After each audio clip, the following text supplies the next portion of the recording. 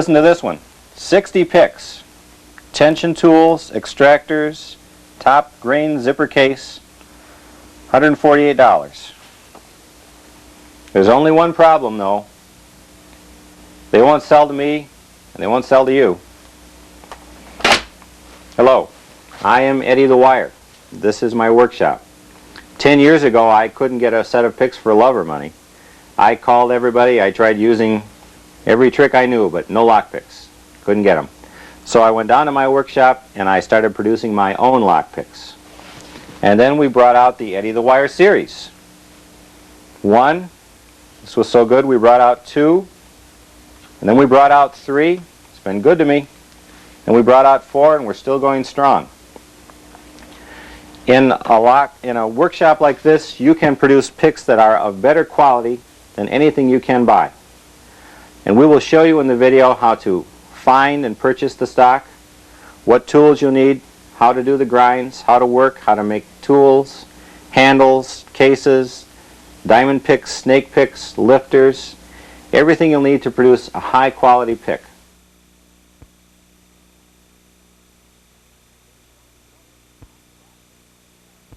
We should also mention that lock picks are only commercially available. That means that unless you are a licensed and bonded and insured locksmith, or you're a law enforcement agent, you cannot get a commercial lockpick set. I have had locksmiths actually come to me and want to buy tools because the tools that we produce in the shop here and that you will learn to produce are of higher quality than you can buy. The average commercial locksmith set that you might see on TV is usually stamped out of cheap, low-grade carbon steel. Not at all what we use. We use, in fact, what they call in the industry feeler gauge stock or shim stock. This is available at just about all industrial supply stores. It comes in a variety of thicknesses, 12 inches long, ½ inch wide. It's inside this little envelope, as you can see, to prevent it from rusting. This is .030 thick, which means it's 30/1000 of an inch thick. I've got a micrometer here that I can use to check that, although I know by looking at the package that that's what it is. When you use your micrometer, by the way, keep your little finger inside the frame so you don't drop it. That's an expensive fall. 30/1000 is about as thick as you want to go. Now we can take this piece of shim stock, and if it's too big, if it just won't go into the lock keyway, here's a 30/1000 inch finished pick. This is a rake pick. If this just will not give me enough working space in the keyway, I can either stone it down or grind it down and then stone polish it later on to give me exactly the feel I want. That's what's nice about making your own picks. You can modify the pick to match an individual lock. That way you'll always get the right feel you need. You can feel each individual pin. You are the master. If you don't like the tool that you're using, change it. Shim stock is available. Also from the Starrett company. Starrett produces a lot of machine tools, and they also produce shim stock as well. In a pinch, you notice I'm using this for a bookmark. You can use a hacksaw blade. It's about the right thickness, it's the right shape, the right size, almost identical to the shim stock. It's not as good steel, it's not tempered as well, and you'll have to cut the teeth off a little bit and generally fool around with it a lot more than you would fine quality shim stock, but in a pinch you can use this as well. Available at any whatever local hardware store. In addition, for making tension wrenches, you'll want to get some round music wire. They call it music wire, but you can't get it at a music store. You have to go to a hobby supply store for this. It comes in a length twice as long as this, and this piece here mics out to about 75, 85, 91 thousandths of an inch, which is pretty close to what you'll want. When you make a tension wrench, you'll grind 2 flats on the end of this, form it into a X shape, or rather an L shape like this, and insert that in the keyway. Here you can see the tension wrench, and as I insert it in the keyway, you can see that I get a nice loose fit. You can grind the wrench to give it either a very tight jam fit or a very springy loose fit, depending on your style of picking. The American style tends to go with the loose, sloppy fit, and you can just put a little tension on it. The Europeans prefer a very form-fitting wrench that you almost have to drive into the lock. They say that this will give you a better pin feel, but each to his own. You can cut one of each and decide which one you want to use. Now, as well as stock, you need tools. You don't need a lot of tools. As a matter of fact, this is not my full set, but I've stripped the workbench down so we can concentrate on just the bare essentials. You'll need, of course, a bench grinder, and I'll pull this one over so you can see it. Having the light is nice. And, of course, you need a wheel to go on the grinding machine. Whatever you do, buy a quality grinding wheel. Don't settle for a cheap imitation. The grinding wheel, if it breaks up, will cause you a lot of damage, so make sure it's a quality wheel. And also make sure that you use a soft wheel.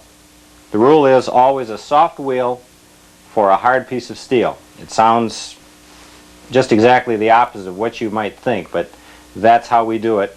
And a soft wheel is required for the extremely hard stock that you'll be grinding. It doesn't matter whether it's a fine wheel or a coarse wheel, just as long as it's soft.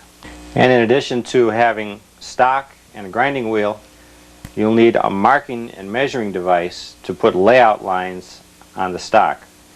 I use this general protractor.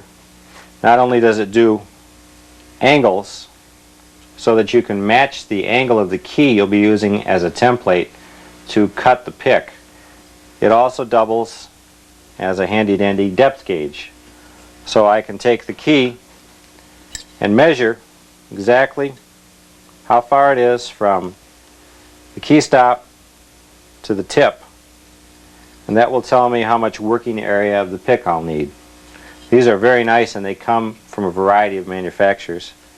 Once I lock this, then I've got my angle set. I can also match the angle of the key bitting with this device as well. And when you're working on a very small angle right at the end of a very small diamond pick, having a large marking device like this is invaluable. Strongly suggest you invest in one of these. It may cost you a little bit more, but it's well worth it. To put dye on the pick stock so that you can tell where the mark out lines are, we use regular toolmaker's ink. This is the spray-on version. It also comes in a brush-on version. Either version is fine. As I'll be showing you later on, you just put a very light mist coat onto the stock, and that will allow you to scribe all of the mark out lines you'll need. To mark the layout lines on the stock, once the tool ink has dried, you can use just about anything, ranging from a simple finishing nail to an awl to a regular toolmaker's scriber, which is what this is. This is even the deluxe version. It's got the carbide point. The nice thing about this is that it's extremely sharp, comes to a perfect point, and you can get into the inside of the template that you're using to trace the layout lines. That way your line will be much smaller and your grinding will be more accurate. For our finishing, after you've done the rough grinding, a set of needle files like these are excellent. Sometimes these are also called die maker's files. They come in a variety of shapes, and they're invaluable for getting into the tight corners that some snake picks or wavy picks have to finish right down to the line. Once you finish down to the line, you'll want to polish your pick. Commercial picks, when they come from the die, have wire edges on them from being punched, and they're very rough. You can often take a commercial pick, put it into the lock, and feel that wire edge as it's grinding away on the pins. You can't do a smooth rake with a wire edged pick. So once you've done rough grinding your pick, you want to stone it to get rid of that fine edge and get down to a very polished surface. I use two types of stone. This is a bench stone, and the pick is rubbed along the edge. I'll show you how to do that a little later on too. But in addition, I also use what they call a slip gouge. This is produced for sculptors or people who are sharpening tools with a curved edge, gouges, chisels, the like. And this curved edge is also good for getting in to the fine areas, just like the die maker's files do as well. So you can stone down to an extremely nice velvety finish, and your pick will operate very smoothly. You'll be able to do rake picking as well as individually feeling the pin tumblers without having that wire edge get in your way. This is a Starrett micrometer, but you can purchase one from any retail Sears outlet, and they are really very inexpensive. You can also use a vernier caliper. They cost just about as much, but they're just as accurate again too. Or if you wish to, you can get by with a ruler and the feel of the pick in the lock. In addition to the measuring devices that I've looked at, there is one absolutely essential piece of equipment that you have to have. What is this thing? This is a grinding wheel dresser. You may have to hunt a little bit to find one. It's not a common piece of equipment. Most well-stocked industrial supplies are going to carry this though. While you're there at the industrial supply picking up the grinding wheel dresser, you can probably also get the feeler shim stock as well, and the carbide scribe, which is probably not available at your local mom and pop hardware, and the die grinder's files, the needle files as well. The wheel dresser I'll show you later on, but briefly what we're going to do is literally profile the wheel so that the wheel will do most of the work for you and cut the profile of the pick. That way you won't have to do a lot of cleanup with the slower file. There is one other file that I use, two actually.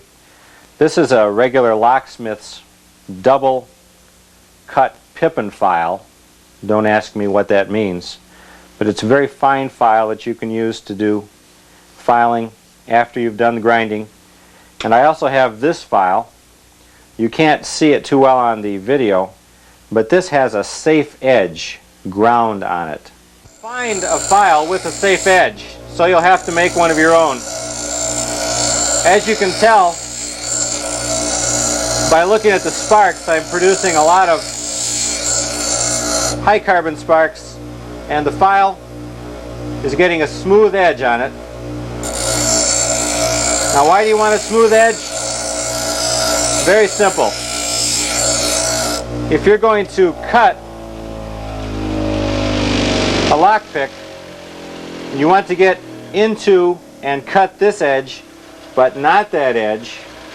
You need a safe-edged file.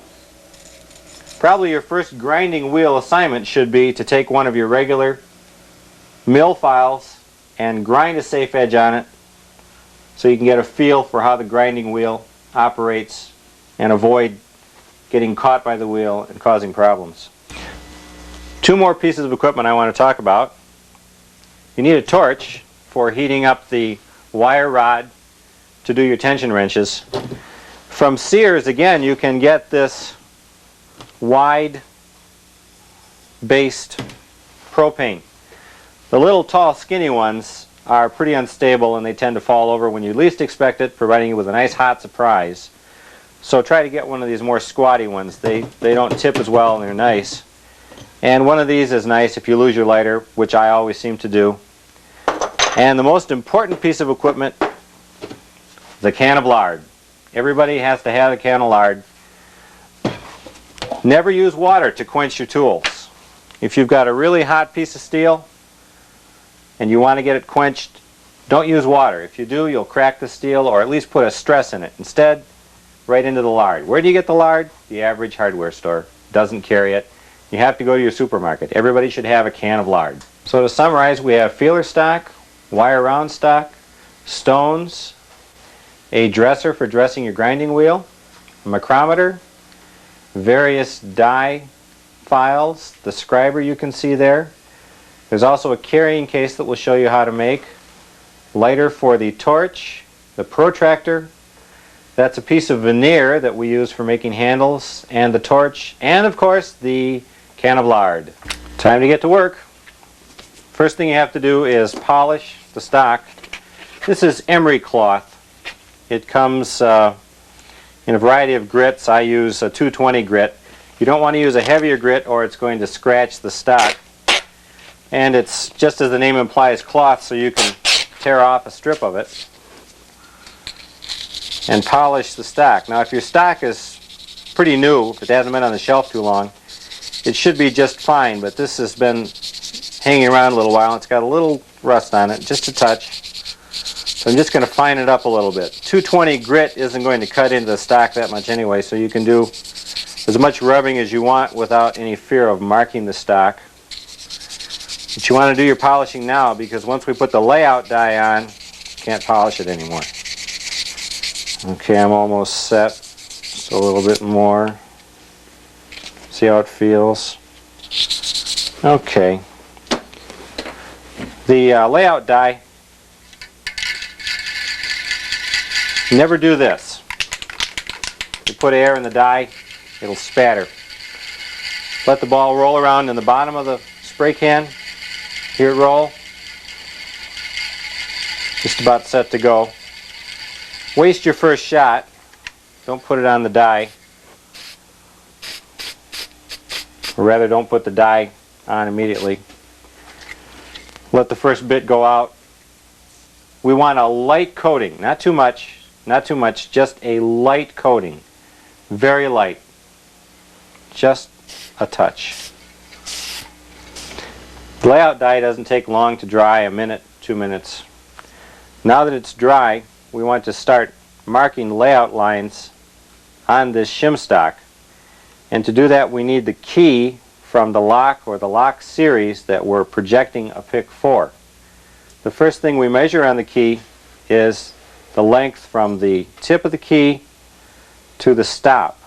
Just about all the lock manufacturers will have a stop somewhere on the key, so that when the key is inserted into the keyway, it will go in just so far, and the cuts, bitting cuts in the key, will line up accurately with the pin tumblers. So once you've located that stop cut on the key, put the end of your rule into it, line up the bow tip with the bottom of the gauge, and tighten that nut down so it won't move. Then we take this measurement and transfer it over to the steel. Butting up the two edges. This is my carbide scriber, and I angle in towards the rule and to make my line. It doesn't have to be a thick line. You may not be able to see it on the camera. Go along, do all the way across. You may not be able to see it, but as I hold it up to the light, it shows very easily. It's readily apparent. And if I were to take the layout die off, I'd probably find that I've even scratched into the steel. But the die makes it a lot easier to see, and when you hold it up to the light, move a little bit, there's your layout line. Next step, loosen the marking gauge, and we'll want to measure on this key the depth of the bitting and find out just how high our lockpick bit can go without bumping on an adjacent pin. I'll explain that. If my lockpick is down here, the top of the lockpick is right up to this key cut line, and I'm trying to pick this pin 2 stations over. This one's already picked. I'm trying to pick this one. If I bump that up with the lockpick shank, not the working end, but the shank that's down here, I'll unpick that lock and I won't be able to get into the lock. So I want to measure on this key, and this is a good key for it because it's got a low cut and then a very high cut. We'll want to measure the distance between the lowest cut and the highest cut. And that's done with this same measuring tool.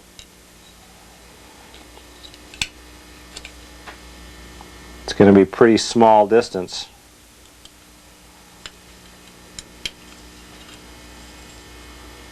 If you can see, and I'm getting it down, I need just a little bit more. You almost have to set the gauge by hand, tighten it, and then try it. Let's see what we got. Okay, that looks pretty good. You don't have to read on the rule how deep that is. All you have to know is that that's the depth between the lowest cut on the pin, on the key rather, and the highest cut on the key. Then you transfer that measurement over.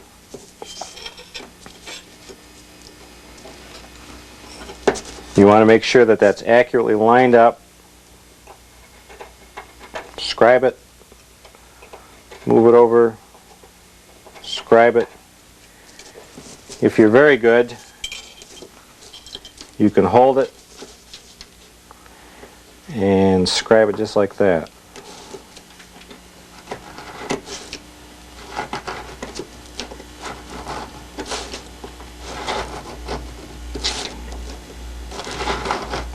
Now I'm going to take that dimension and double it. So now we do need to read the rule, and it looks to be a little more than 3/32. So I'll double that and make it 6/32. Lock the nut down tight. Scribe your second line.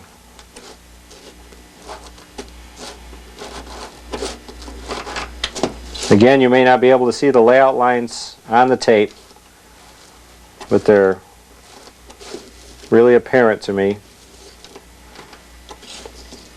And if you move it in the light, they'll show up very nicely. You can also see where I made a mistake here. That's a little bit fat, but you can take care of that in the grinding process. Now we do the exact same thing to the other end of the stock. I'm making two tools simultaneously.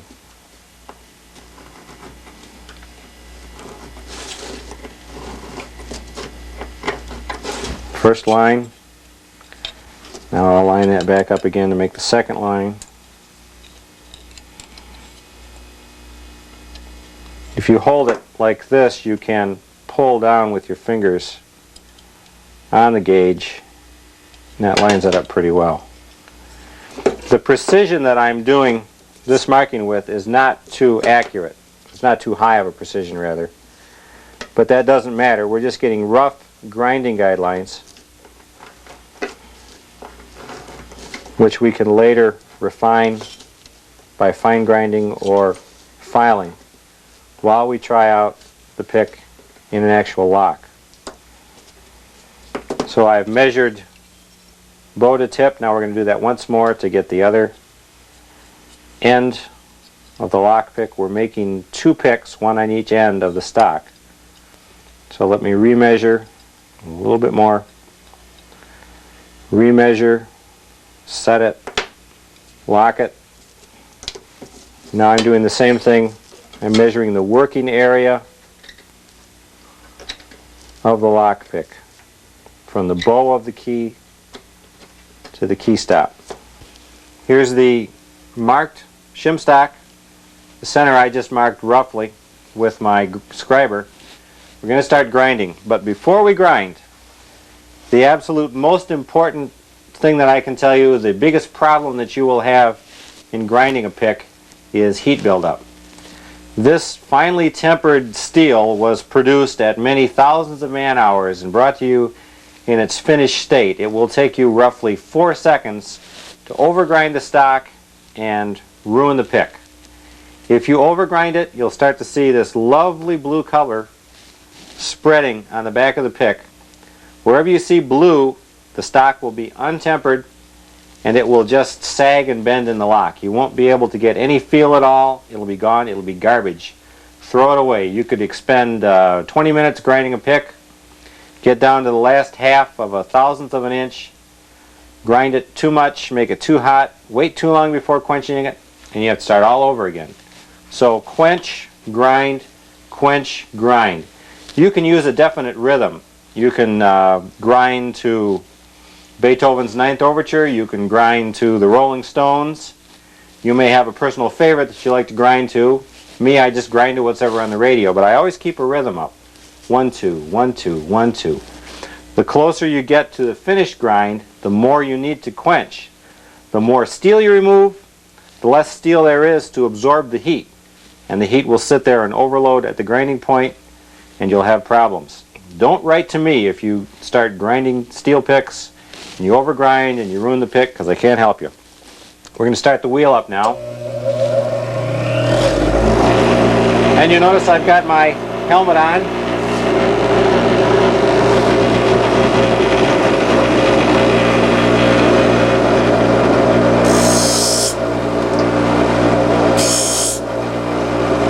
Keep up the rhythm.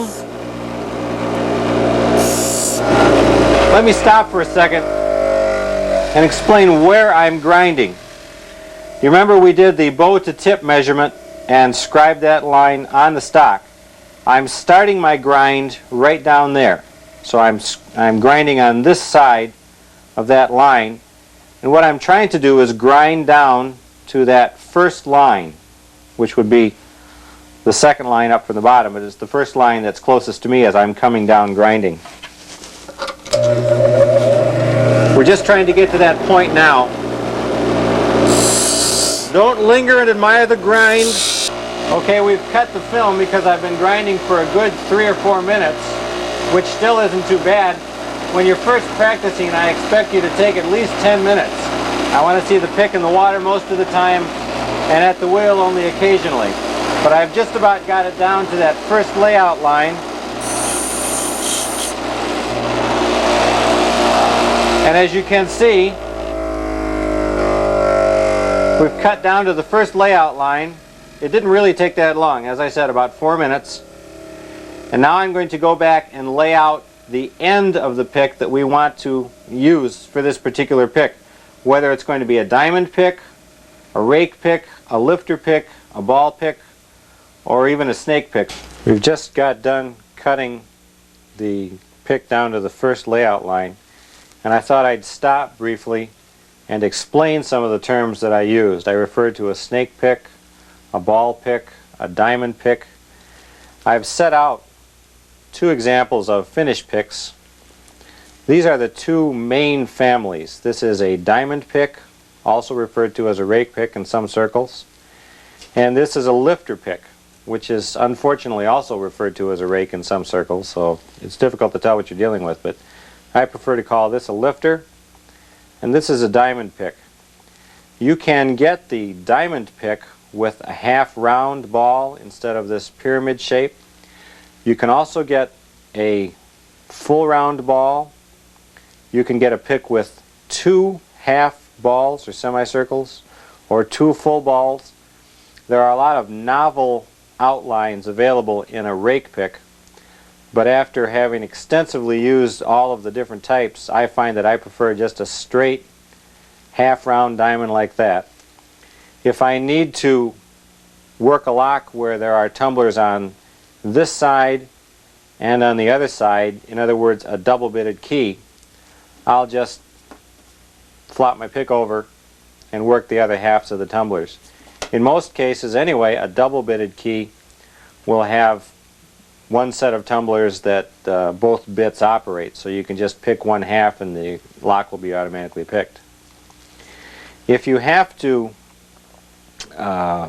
use a pick that has a complex contour, in other words 2 or more peaks or bends, we refer to that as a snake pick, and I'll cut one of those later on to show you how they look. But briefly, the snake pick attempts to duplicate a contour that a standard key would duplicate. Since you don't know what contour the key is, or you could just take the key and open the lock, you have to attempt to come up with a contour that would closely match what the average key might be.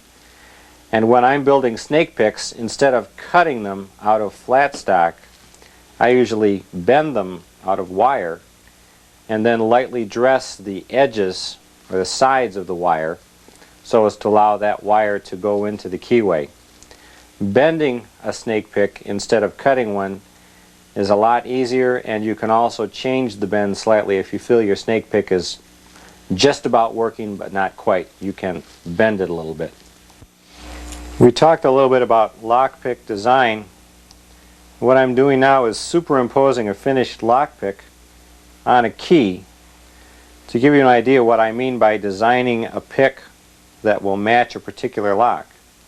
Obviously, if you had the key contour and you knew what it was, you could merely take it in and have a duplicate key made, and then you'd have a lockpick of sorts. You'd have a duplicate key, which is the best lockpick possible. But you can't do that for most locks. So what we do with a lockpick is attempt to simulate the action of the key by using a tool that matches the rough contours of a key. That's why we measure an actual key to produce a lockpick. If the key that we're measuring has a bow to throat distance of X, whatever it is, then when we cut our lockpick to match that, we know that that lockpick will fit that key as far as depth goes. And if we can further measure the angles on the key and match the lockpick so that the angle on the lockpick matches the angle on the key, our chances of opening the lock are just that much greater. Now we're ready to cut the final pick, and to do that we need to make one more measurement on the key. We've already measured from the throat to the tip, and we've measured the distance between the highest cut on our sample key and the lowest cut on our sample key, which will give us a good average of how the key works in the lock. The final measurement is the angle at the end. And I've got my protractor. I align it to the throat again, or actually align it to the top of the bitting, and then I align the movable blade of the protractor to match, and if I want to I can read it off here. You don't need to read it, you can use this to do the final layout line scribing, but I can read it, and it's reading about 40 degrees, which is what the average attack angle will be on a key. So we can make a 40-degree angle, and then I can reverse it to make the other half of the diamond when I'm laying the diamond out on the stock. The stock is right here. I've got my scriber here, and I'm laying out the angle.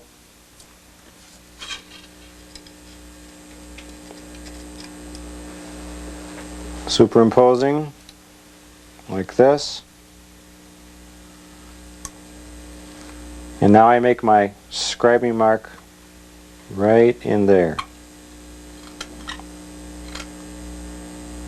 There should still be enough layout die left on for you to see the mark, and if you tilt it in the light, you can't see it on the video, but I can see it tilting it in the light.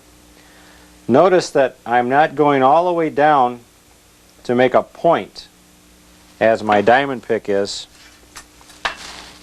The diamond pick has a point right on the end here. We're not going that far down yet, we're just scribing our layout line. Now we want to do the reverse layout line to complete the diamond. So I bring it up,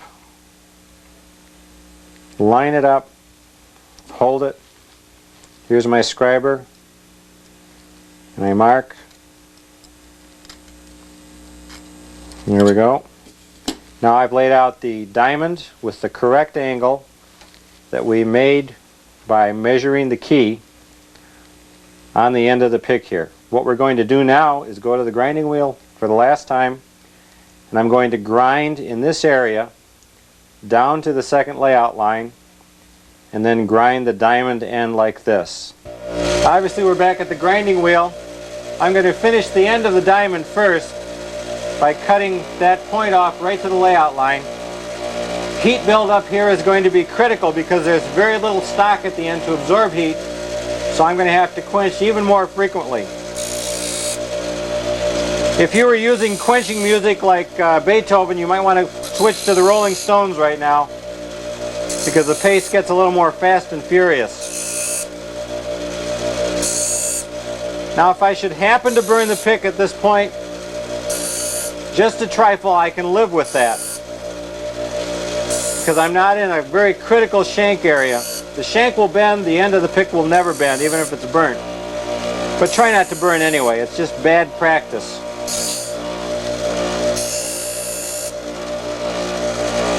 And there we go. Now we're going to cut in this area here. I'm going to nip this edge off here just a little bit to give me some access for the grinding wheel.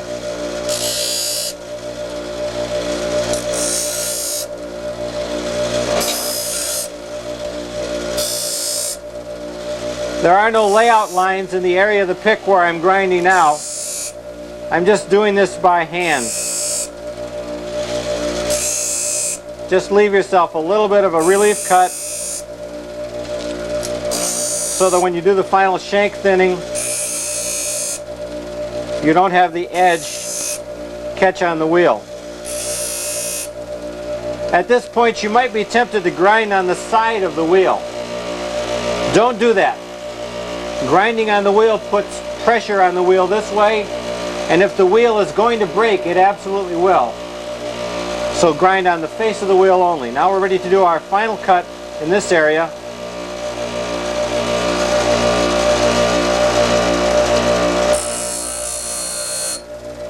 This is where it gets critical.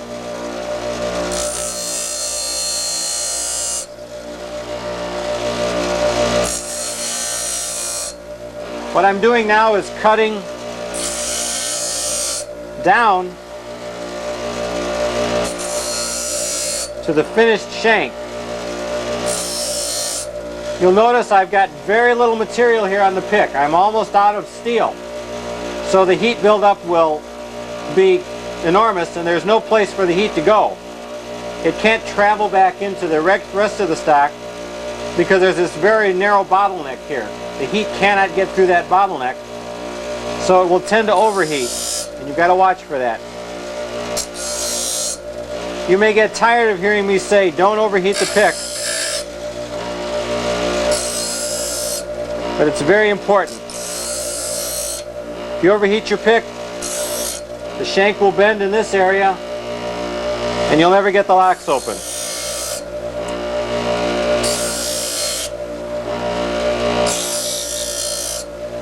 Notice I'm removing only a touch of material at a time. With my bare hand, I can feel the heat build up.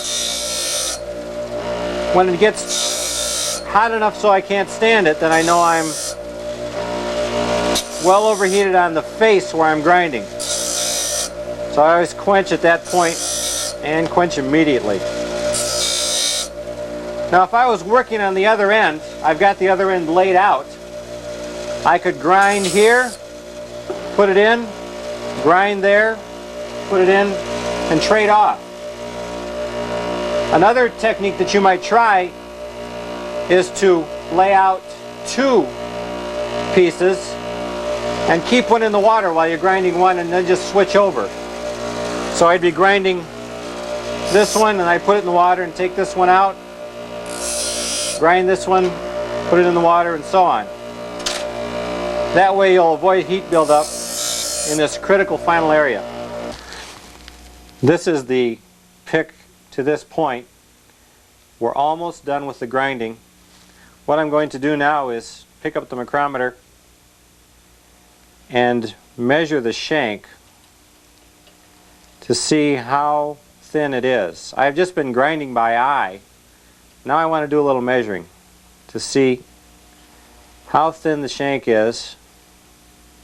Okay, measure it here too. It's probably about the same, a little thinner. And now I'll take the protractor and I'll verify that the angle on the end of the pick is still correct. Like I said, I've been grinding by eye, so I don't really know how accurate it is. If you can't read the protractor in the pick like this, just use the old trick of holding it up to the light. You can easily see if the two angles match perfectly.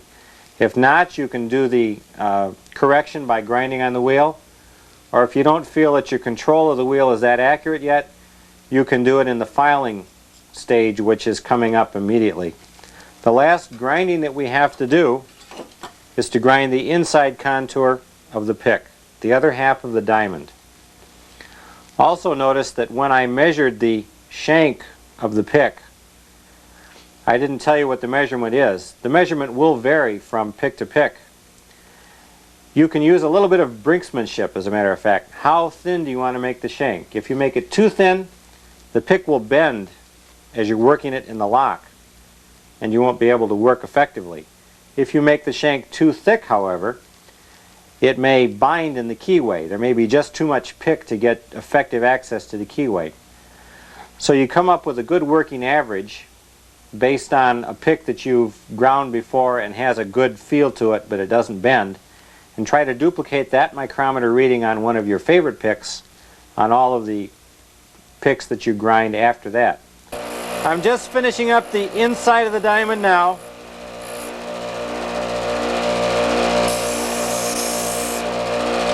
Now let's look at the two diamonds. Here's the one that I've just ground, the inside, and here is a finished diamond pick. They're still not the same size. Notice that the diamond on this one is much higher than the diamond here.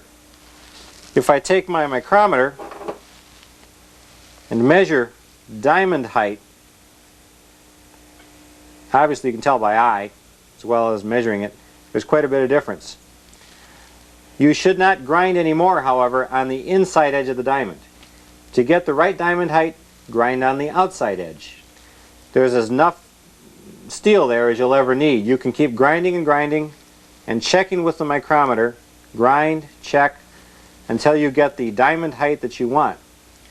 You remember when we measured the key, we measured the difference between the lowest cut and the highest cut and put a layout line there. You can make that more accurate by doing this diamond height measurement. We want the diamond height that will produce just the right pin displacement between the two. So I'm going to go to the wheel now and grind this diamond down until it matches this one in height.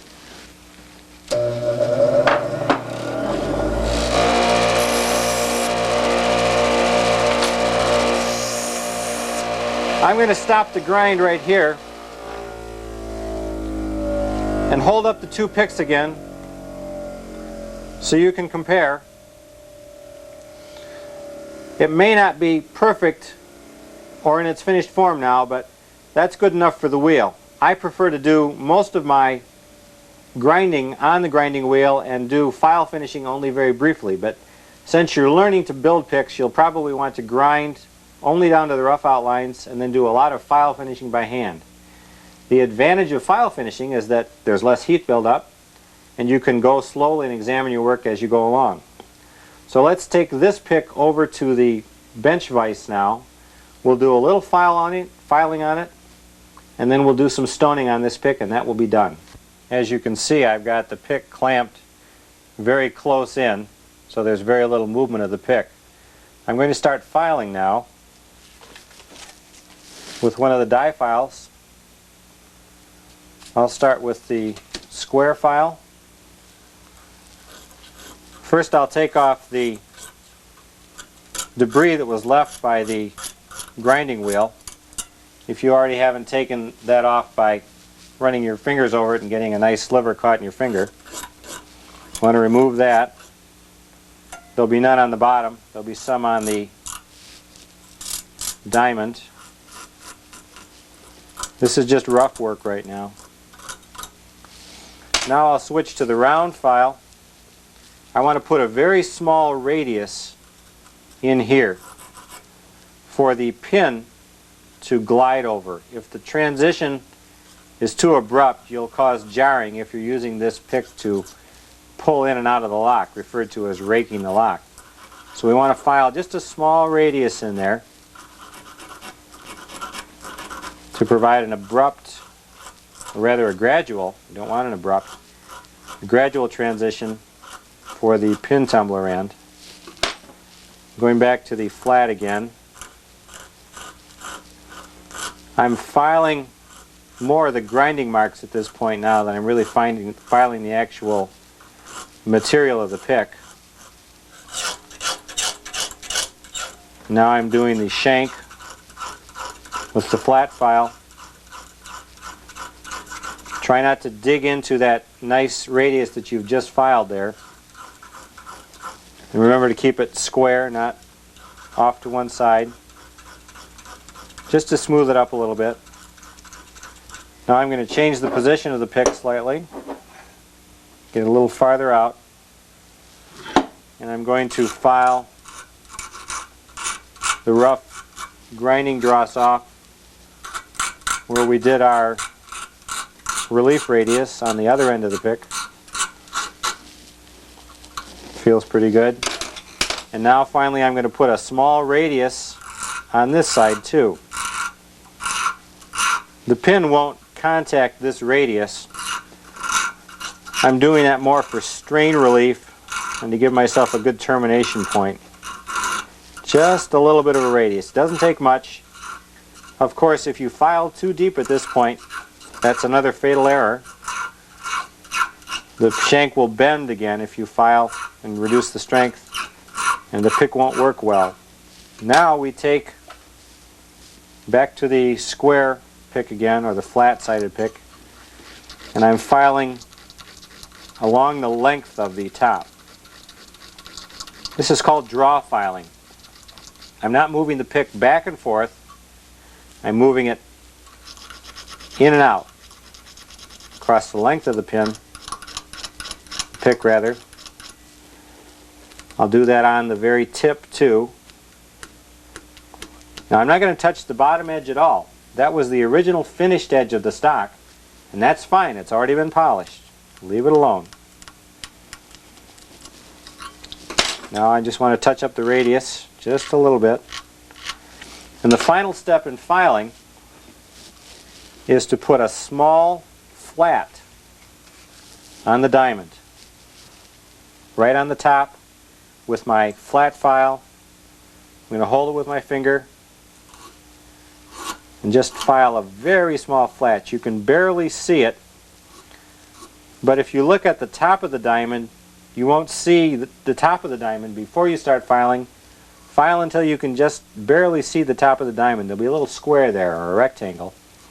Don't file too much, because if you do, you'll lower the height of the diamond, and the pick will then not match the lock type that you're trying to match. But we've filed here, taken away the dross. We've filed in the inner edge of the diamond here, a small radius. And we filed a small radius here too. And then we have draw filed the top edge and the top of the diamond to make it smooth, and left the bottom edge alone. The final procedure in getting your pick finished is stoning.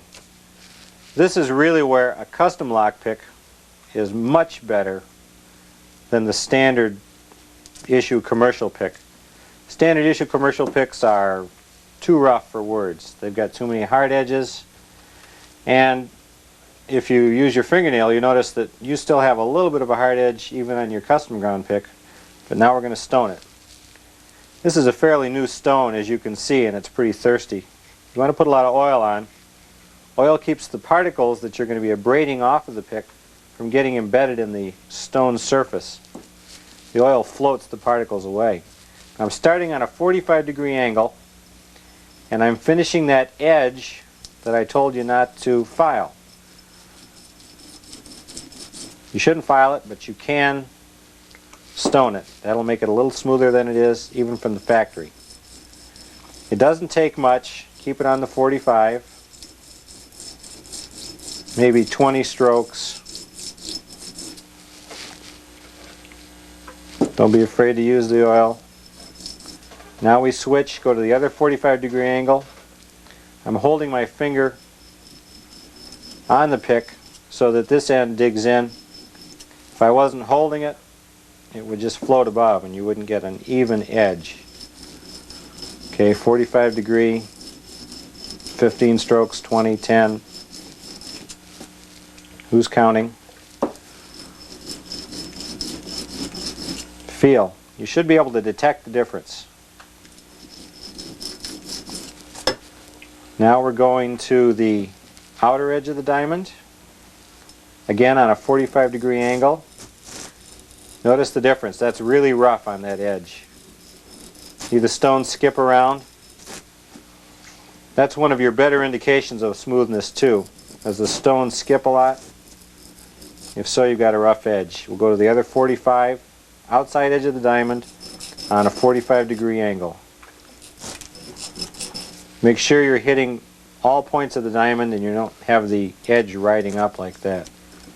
Sometimes you can feel it better even with one hand.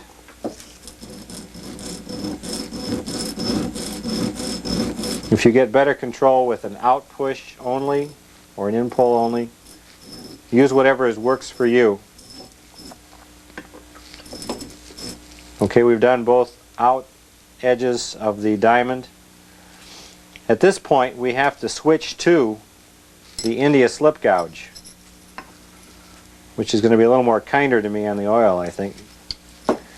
If you get a new stone and you don't want to fool around with squirting oil on it every 3 seconds, you can just buy a quart of motor oil and literally submerge the stone right in the motor oil. Put a little gas in with it to transport it in, give it overnight, and it'll be fine. Or you can buy pre-oil filled stones too. Okay, we're stoning the inside edge of the pick. As much water as you got on your hands when you were doing the grinding, now you're going to get oil on. I'm stoning the 45-degree angle inside edge of the shank, and here again too. You can see a little white line develop on the pick as you stone it. That means you're taking some material away. And I'm saving the worst job for last. That's the inner edge of the diamond. This is your critical working area, so it must be smooth, which is really why we're doing the stoning in the first place. Most India stones, when you get them new, will have a very sharp knife edge, and I'm using that to take away that wire edge that even the filing will leave. Always on a 45. In other words, when I get done with the pick, it will have 1, 2, 3, 4, 5, 6, 7, 8 different facets. It's like a gem. You see the white line developing as I abrade material away from the pick. And I can stone a little bit on the top edge. You can stone a little bit on the outer edge if you wish. Like that. I feel like a manicurist. I'm getting the job done though. It's getting smoother. You can feel it with your fingers. At this point there are no steel splinters on the tool, so you can easily move your fingers around without a lot of problem. And now, back to my hungry oil stone. We do the face. Don't do it crossways like this. Your pick doesn't work in the lock crossways. It works in and out.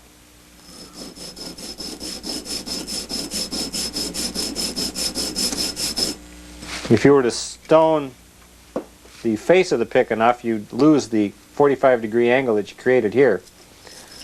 But in reality, that'll never happen.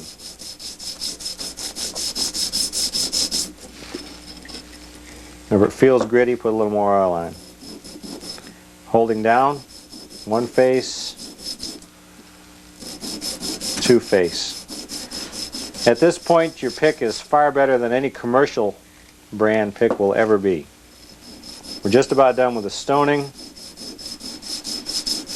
Stoning is like sharpening a knife. If you like your knives real sharp, you can do it for a couple hours, get that little extra edge. You can stone a pick for as long as you want to. Minimum 20 strokes, but if you want to spend an hour on it, that's fine. It's good therapy. And I think we're all done. What you're looking at now is called a snake pick. Unlike the single diamond or the ball picks that simulate only one part of the key, the snake pick is meant to simulate 2, 3, or even 4 of the bidding cuts on a standard key. Where the snake pick would be useful is in picking an automotive lock with a sidebar. As you may know, as you insert the pick into a lock and attempt to lift pins up using the tension wrench to hold the core, the sidebar prevents you from using any tension wrench at all. It won't work. The sidebar is locking it. So you have to lift all 5 of the tumblers to approximately their precise position with one pick motion, or it won't turn. That's where the snake pick is invaluable. Any contour that you think might be effective can be tried. Some people have a particular contour that they feel comfortable with. Some people use 3 or 4. One gentleman in the industry has 2 picks that he calls the king and the queen. And if the king won't work, then the queen will. If the queen won't work, the king will. I generally like to make it 1, 2, 3, 4, no more stations on the pick. And you can literally grind it freehand to whatever contour you like. Since this is a more complicated profile, there are a lot more hills and valleys, you'll want to do a lot more file finishing. So just do a very rough grind on a snake pick and then take your double cut pippin file and do most of the finishing in the vise and extensive stoning, because you'll end up with a lot of rough steel on a snake pick. Now notice I've cut this particular pick so that when you move it into the lock, here we'll show a lock here, although this is not a sidebar lock, this pick is cut so that when you move it into the lock, the handle is at a little bit of an angle. This is because, as with the snake pick, you are literally using the pick as both a tension wrench and a pin manipulator.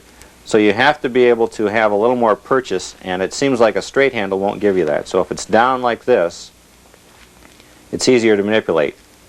So I always cut these with just a little bit of an angle to the handle. Now we're ready to actually cut the pick in half.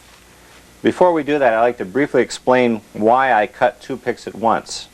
The answer is simple. I've got a longer stock to work with. I've got extra handle right here. You should never cut your stock to the finished pick length and then grind it on the wheel. It's just too difficult to do. Keep it married together until you've got both pick ends cut and you're ready to part it in the middle.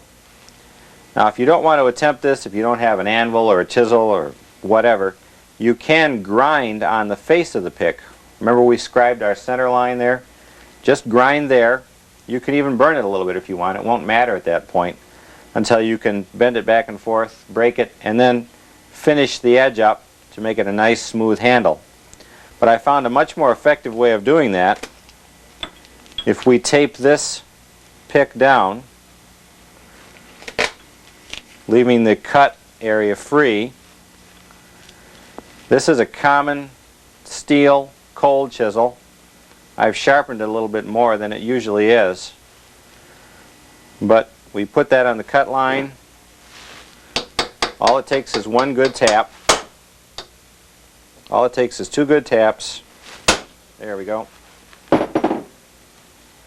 Saves a lot of grinding time. A little bit of a wire edge. Finish that off on the grinding wheel. And you've got 2 completed, ready to use picks.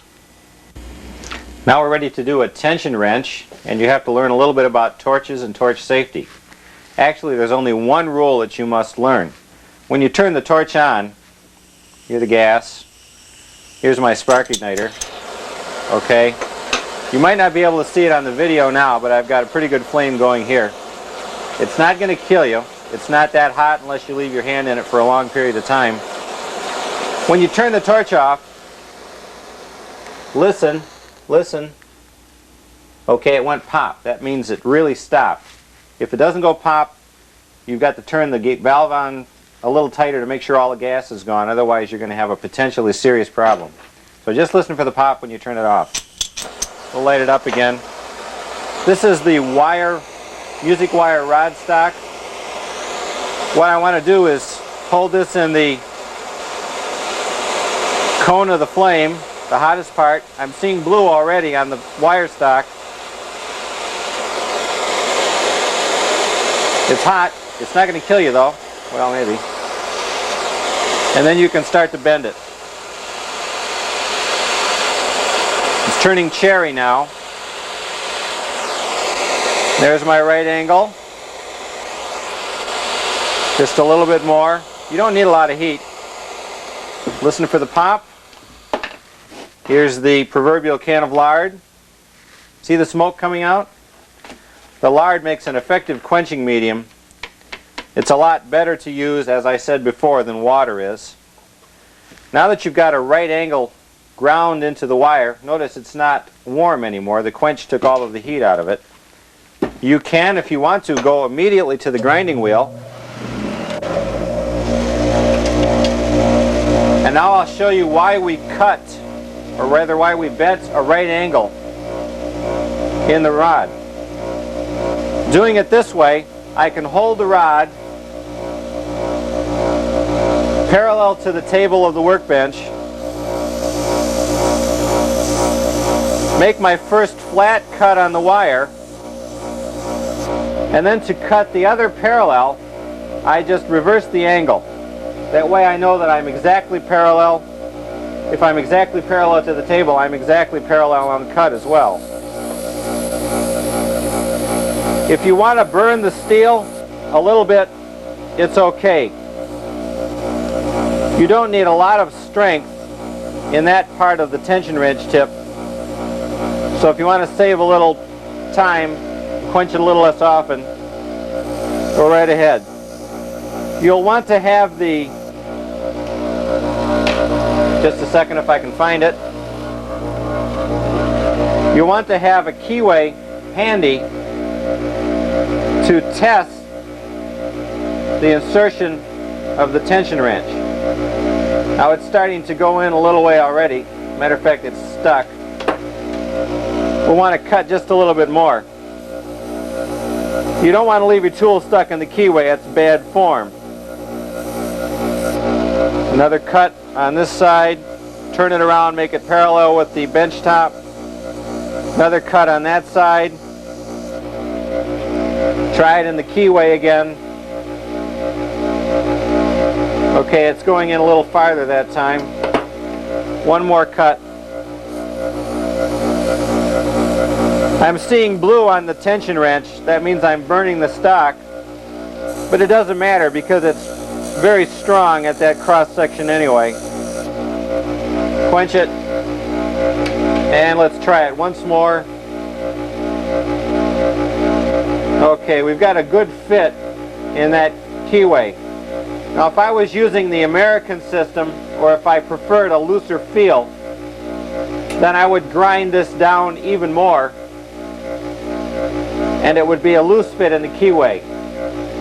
If I grind it down much more though, I don't want to burn the steel, so I'm going to have to quench a little more.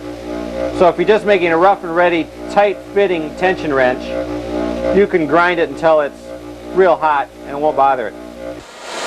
Now we've completed the grinding. There are two parallel flats on the tension wrench. I'm going to put the bend back in the flame.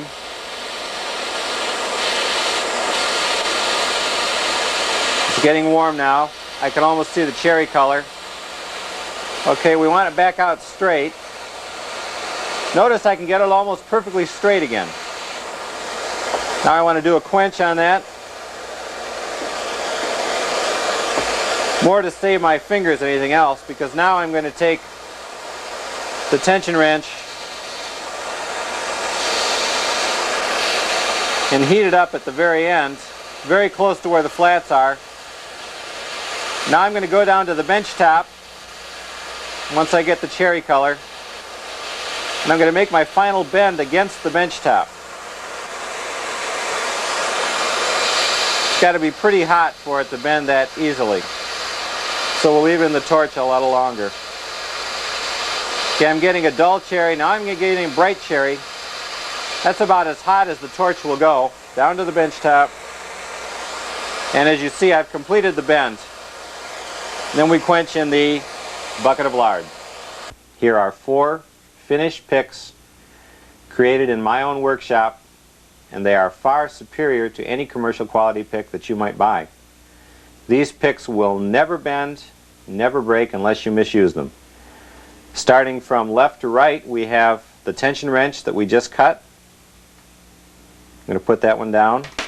We have the diamond that we cut earlier in the video. Here's the snake pick that we've just cut. And finally the lifter. Now we didn't cut the lifter in the video, but it uses the same tools and techniques as you would to produce the diamond. And they're all four held in this case. I'm not a case maker, so I usually go down to the local leather store and pick up 2 or 3. As you can see, this is a comb kit. If you pick up 2 or 3, you can sandwich 2 or more of them together, and instead of one comb case, you've got a nice handy pick case. If you can get leather, it's better. If you use anything else, the high quality steel that the picks are produced from will rust if you hold them in close proximity to your body, so try to put them in a case. And now we come to the moment of truth. We're going to use the picks that we've created in the filming of this video to try to bypass a lock. I have the tension wrench that we've cut. That goes in the keyway here. Notice it's kind of a loose fit. And here's the rake pick that we've also cut during the filming of the video. What I'm going to do is apply a small amount of tension or turning force to the movable part of the lock we call the core, the plug, or the cylinder. The small amount of tension will hold any pin that's pushed up to its correct height from falling back down again. The key here is a very small amount of tension, but the right amount of tension. Then as the diamond pick rakes over the ends of each pin tumbler, it will lift them to the correct position. The small amount of tension on the core will hold them, and when all the pins have been lifted to their correct height, the lock will turn and it will be effectively picked. I'm going to try that now using the tools we just created here.